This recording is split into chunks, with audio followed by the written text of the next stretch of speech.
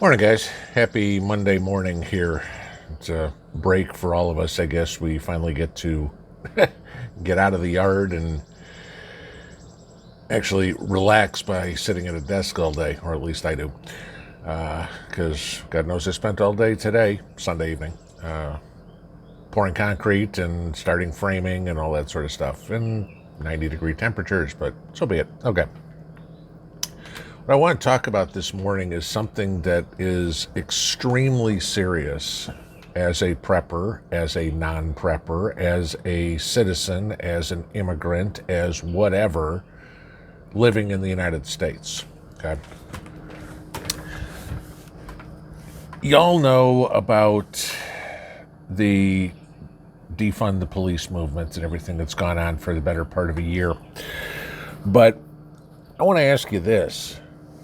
Honestly, what are you going to do in an SHTF situation? And this is an SHTF situation that's already coming to fruition, okay?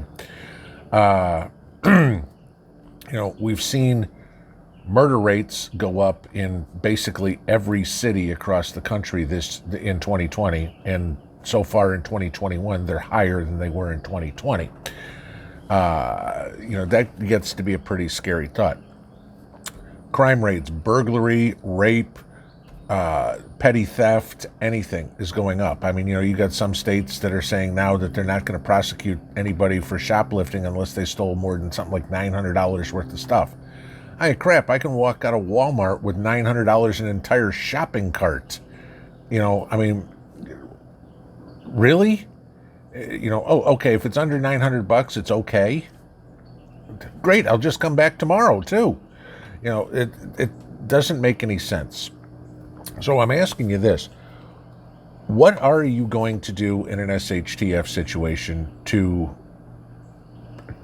enforce the law? Let's say we get into a WROL situation. And for those of you guys that don't know the acronym, it's without rule of law. Okay.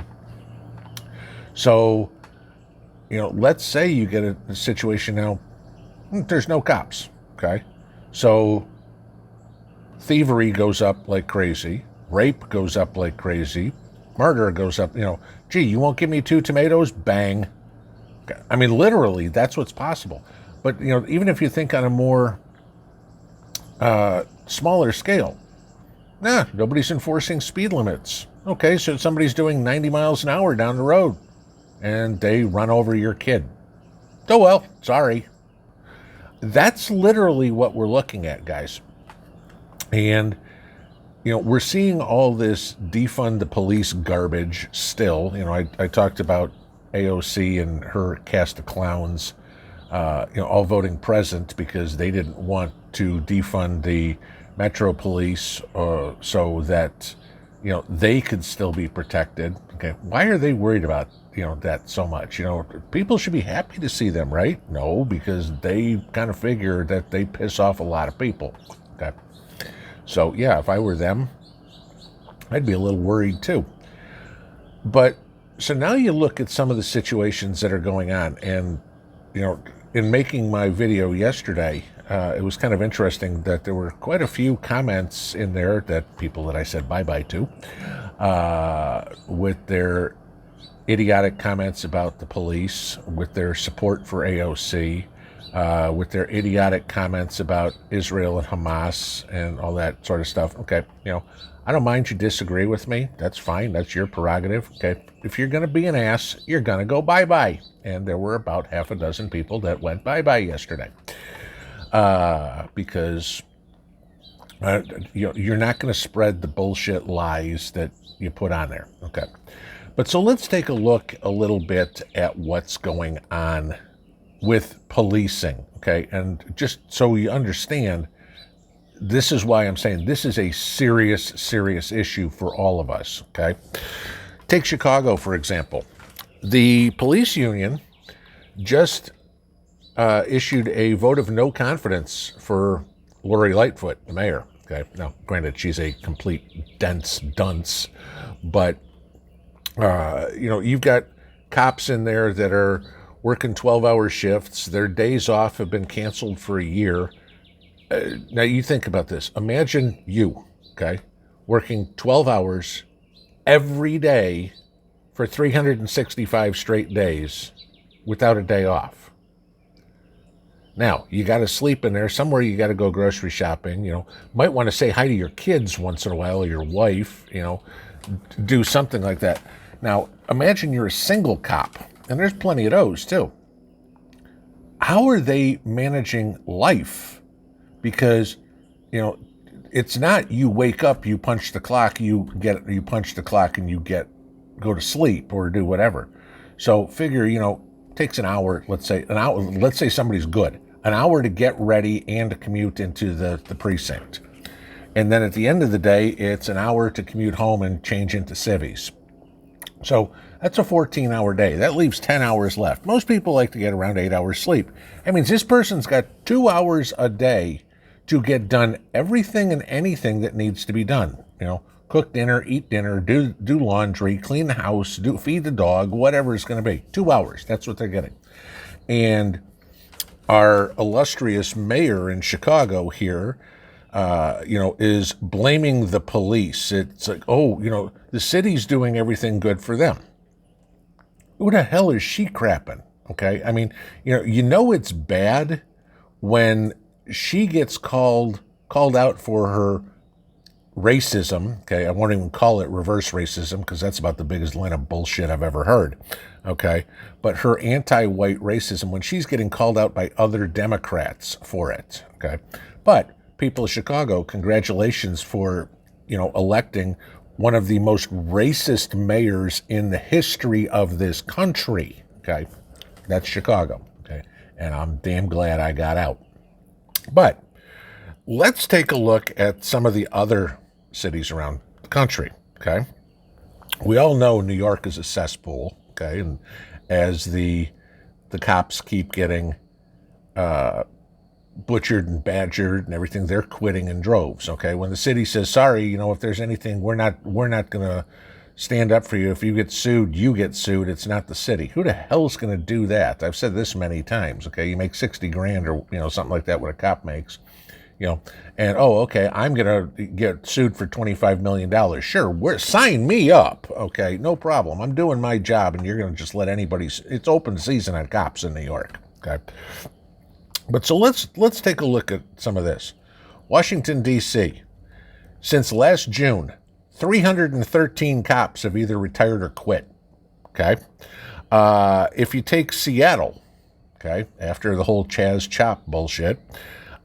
You have 180 cops who have walked off the job, and another last year, and another 66 have said see ya this year. Okay, so now you're looking at stuff like that. Take a look at Virginia Beach. All right, Virginia Beach is trying to. They have 112 openings on the police force. They can't find anybody to fill the jobs. Now, who the hell wants the job? Hey, great. You know what? You'll get butchered, badgered, thrown, spit at, shot at, and nobody will come to your defense. Oh, and we'll pay you a pittance, and you get to work 12 hours a day, 7 days a week, too. Okay?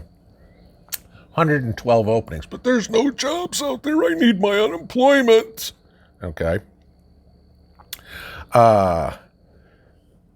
Virginia Beach has had 50 cops quit so far in the last, since what, November?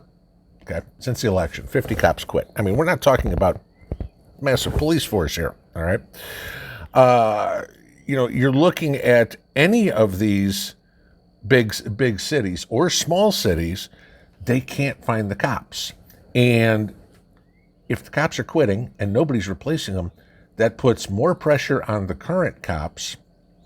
That just makes it harder for them to do their job, okay? And I mean, again, think about you're working crazy hours and you've got all this other stuff going on. You're going to be on a short fuse. Well, what do you have when a cop is on a short fuse, okay?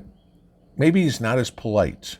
Maybe he's a little, in a violent situation. Maybe he's a little trigger happy if you go something that way. So now what you're doing is actually increasing the likelihood of bad outcomes with public interaction with the police, which is just going to make matters worse. So this is why the cops are leaving. So I'm asking you this. What are you going to do when we're without rule of law, when there's no cops to be called, nobody to help you in a situation? And I mean, I'm not talking about get a cat out of a tree. I'm talking about somebody just broke into your house, somebody just stole your car, somebody just kidnapped your kid, whatever it would be. What are you going to do when there's nobody to call? I know everybody likes to say, oh, gee, if somebody stepped on my property, I'll fill them full of lead. Okay, that's great. Okay, but the problem is eventually we will get back to law and you'll still be liable for it. Remember, there's no statute of limitations on that. So, 5 years later, the country comes out of everything. Well, let's say 3.5 years later, when we get somebody competent in the White House, you're still going to get prosecuted. So that's the question I have. What will we do? What can we do to maintain law and order in the absence of law and order? That's a real critical question that every prepper should have. And this is why I've talked many times about setting up your security, setting up your perimeters, knowing what to do. You need to make it, as much as everybody wants to be gray man, okay, and not have anybody know, you need to be able to make it very clear to any bad guy that their life is not going to end well if they try to cross you, okay? And I don't care if it's, gee, I got in a car accident or whatever it is, have the sticker on your car that says NRA member or locked and loaded or whatever you want to have. Somehow you need to let other people know that you're not a threat, but you aren't going to be threatened. And I think that is real important because we're getting to that point where it's going to be who you going to call, and Ghostbusters ain't around. Just some thoughts for you guys to think on a Monday. Have a great day. Pinball out.